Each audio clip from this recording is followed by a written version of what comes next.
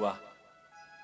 जब राम जी का जन्म हुआ तो अयोध्या के जो नरेश थे दशरथ, वो राम जी को लेकर के कहां गए? स्वर्ग।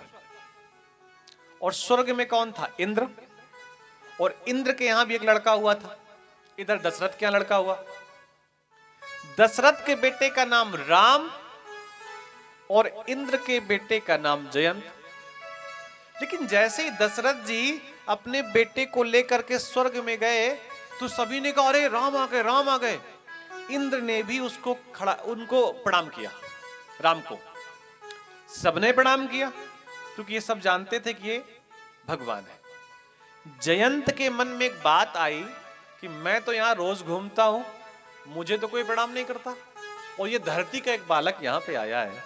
समझना बात, धरती का एक बालक यहां पे आया जिसको सब लोग प्रणाम कर रहे हैं। तो जयंत ने मन में ठान ली कि जब कभी मौका मिलेगा तो मैं ये जानने का प्रयास करूंगा आखिर है क्या कारण कि राम को सब प्रणाम कर रहे हैं। उदाहरण के तौर पे जब हाथी गांव में आता है तो लोग प्रणाम करते हैं ना, अरे गणेश जी आ, गणेश जी आ गए। और जब हाथी आता है तो पीछे से 15 कुत्ते भौं भौं भौं भौं करते हैं ना, लेकिन वो कुत्ते होते हाथी के पीछे, वो हाथी पलट के भी नहीं देखता, वो अपनी चाल पे चलता रहता है। अच्छा, हमको ऐसा लगता है कि अगर उन कुत्तों से पूछा जाए कि भैया हाथी को देख करके आप आवाज क्यों कर रहे हैं, तो कुत्ते एक ही बात कहेंगे कि भैया हम तो गांव में रोज आते हैं, हमको कोई नमस्कार नहीं करता। और ये हाथी महाराज आज आए हैं, इनको सब लोग नमस्कार कर रहे हैं। तो हमको समस्या इस बात से नहीं है कि ये क्यों आया है, हमको समस्या इस बात से है कि जब इसका आदर कर रहे हो तो हमारा भी करो ना। भाई यही तो कारण होगा। तो जयंत ने कहा कि भाई सोचा मन में कि हम तो यहां हमारा कोई आदर सम्मान नहीं करता और इनका बड़ा आदर है। तो जब राम जी माता सीता के साथ चित्रकूट में बैठे थे, एक एक चीज समझना, जब माता सीता के साथ चित्रकूट में बैठे थे और माता सीता के बालों को राम जी उसमें वेणुबंधन कर रहे थे, बालों में फूल लगा रहे थे, तो मौका मिल गया जयंत को। जयंत ने कहा देखें आखिर राम जी में है क्या। तो देखना, जयंत है देवताओं का पुत्र। किसका पुत्र है? जयंत किसका पुत्र है? देवताओं का। और जयंत ने जैसे ही मन में सोचा कि मैं राम जी की परीक्षा लूंगा, समझना सब माताओं ध्यान से, जैसे ही जयंत ने सोचा कि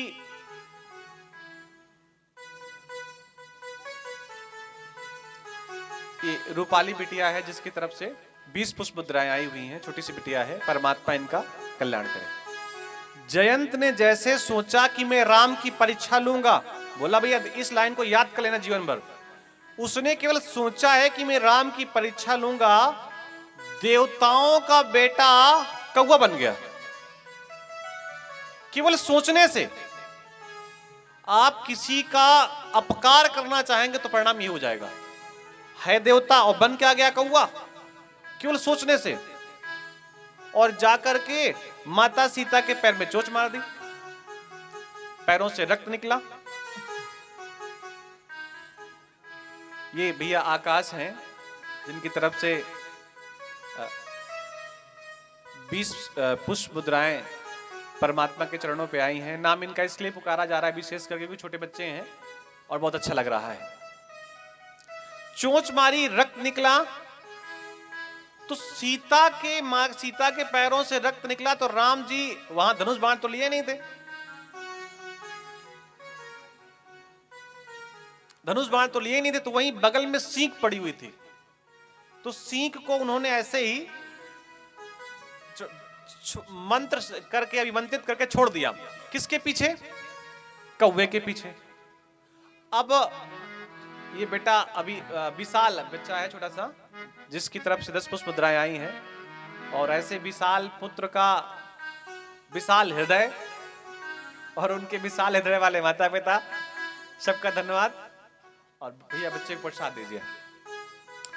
बड़े लोगों के संबंध बड़े बड़े लोगों से होते हैं। तो इंद्र के बेटे जयंत ने सोचा कि ये तीर आ रहा है, हम जाकर के ब्रह्मा जी के पास चले जाएं। तो ब्रह्मा जी के पास गए। ब्रह्मा जी के पास जब गए तो ब्रह्मा जी ने जब बचाने का प्रयास किया, लेकिन जब ब्रह्मा जी को मालूम पड़ा कि राम जी ने तीर चलाया है, तो ब्रह्मा जी ने कहा जाओ, यहां से जगह नहीं है। शिव जी के पास गए, उन्होंने भगा दिया कि ना, राम के द्रोही को हमारे यहां जगह नहीं है। तब जयंत अपने पिताजी के पास गया, इंद्र के पास। तो इंद्र ने कहा तू परेशान क्या होता है, मैं हूं ना, लेकिन अपराध किसका किया है? तो अपराध अगर राम का किया होता तब भी छोड़, मैं बचाने का प्रयास करता, लेकिन तुमने अपराध जगत जननी पार्वती का किया है, मां का किया है, भगो यहां से। इंद्र ने भगा दिया अपने बेटे को। रास्ते पे नारद जी मिल गए। नारद जी ने कहा रुको रुको रुको। जयंत ने कहा क्या मरवाना चाहते हो? अगर मैं रुक गया तो तीर मुझे चुभ जाएगा, मेरे प्राण निकल जाएंगे। तो नारद जी ने कहा कि ये तीर मारने के लिए नहीं आया है, समझना। अगर तीर को कौवे को मारना होता तो क्या इतनी यात्रा कौवा कर पाता? नारद जी ने कहा ये बताओ, जब तुम ब्रह्मा जी के पास गए थे तब तीर ने क्या किया? बोले हम ब्रह्मा जी के पास गए थे तो तीर रुक गया था। बोले पिताजी के पास गए, बोले वहां भी तीर रुक गया था, लेकिन आ तो पीछे रहा है। तो नारद जी ने कहा रुको। नारद जी ने कहा बात क्या है?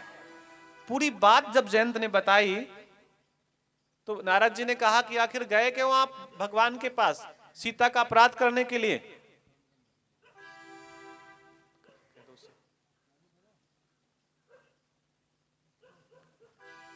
तो गए क्यों थे? तो जयंत कहता है मैं भगवान का बल देखने गया था। मैं भगवान का क्या देखने गया था? बल। तो बोले देख लिया? बोले हाँ। बोले बल कैसा है भगवान का? तो भगवान का बल, जयंत कहता है अतुलित बल।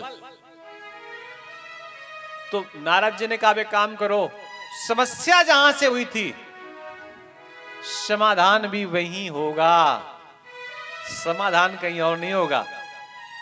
आपके पैर में अगर जंगल में आप जा रहे हैं, चप्पल नहीं पहने, और चौहान साहब कांटा लग जाए और टूट जाए कांटा और अंदर चुभ जाए, तो आप क्या करोगे? बोलिए। आप कुछ नहीं करोगे, वहीं पर एक और कांटा ढूंढोगे।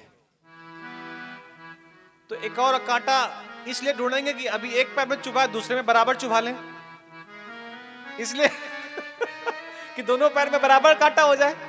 भाई एक कान में बाली, दूसरे कान में बाली, एक पैर में कांटा चुभा है, चलो दूसरे में अपने में से चुभा ले। नहीं, दूसरा कांटा इसलिए ढूंढेंगे कि उस पहले कांटे को निकालने के लिए। उस कांटे को सुई भी कह सकते हैं आम भाषा में। तो समस्या जहां है समाधान भी वहां है। नारद जी के कहने से जयंत भगवान के पास गया, लेकिन तीर तो चल चुका था। तो तीर कहां छोड़ा? तो भगवान ने वो तीर सीधे कहां मारा? जयंत की एक आंख फोड़ दी।